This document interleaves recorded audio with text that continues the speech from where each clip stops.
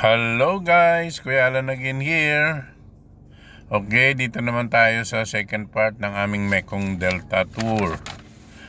Lipat kami sa kabilang pantalan para makasakay uli ng panibagong boat. Para tahakin yung River Jungle.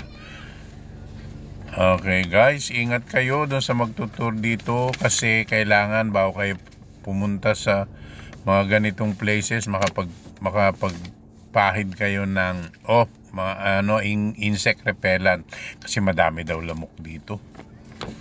Kaya buti na lang naka-ready kami. Ayan, bitter gourd daw yan. Ang palaya. Ibang klase, no? Bilog. Kaya ewan ko, hindi naman kami nakatikim niyan. Ewan ko anong lasa niyan. Ibang klase siya.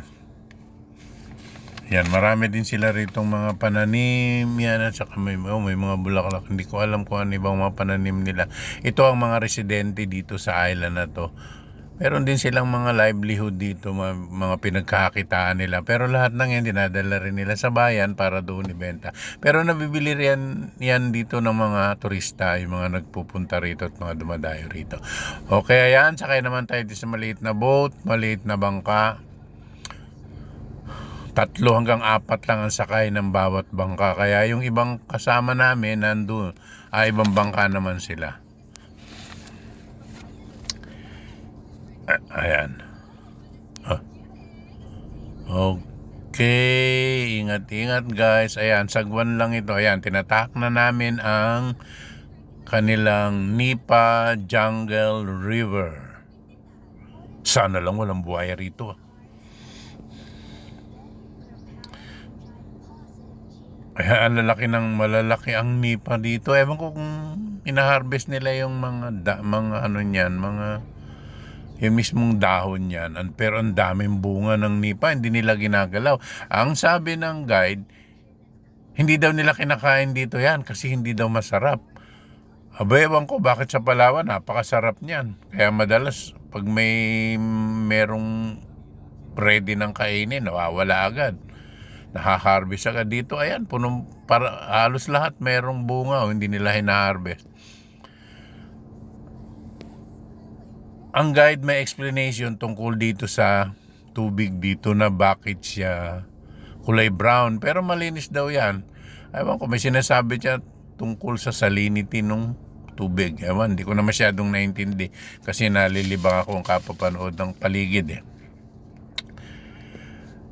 Ayan.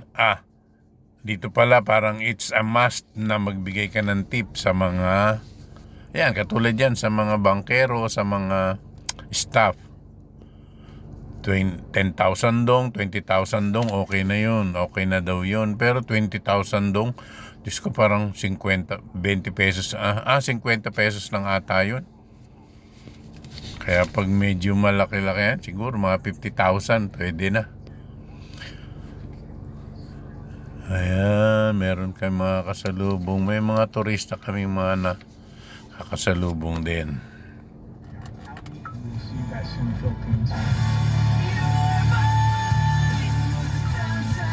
Ito, stopover naman namin dito. Honeybee Farm ito. Ito ang honeybee farm nila.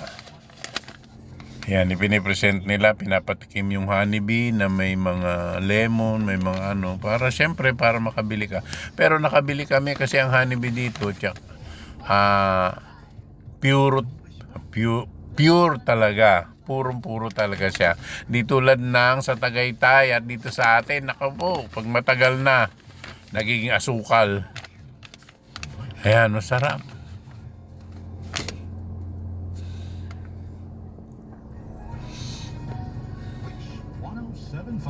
News update.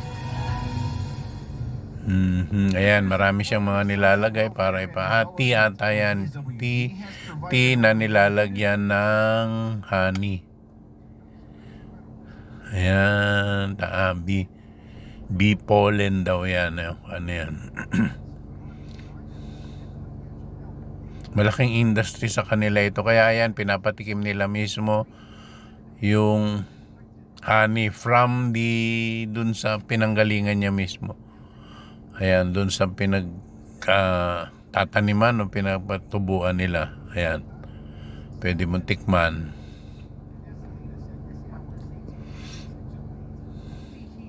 On Wish 1075. Okay guys. Bye-bye for now. Lilipat na naman kami. Hintay mo na kami ng aming boat. Like, follow, and share for more videos.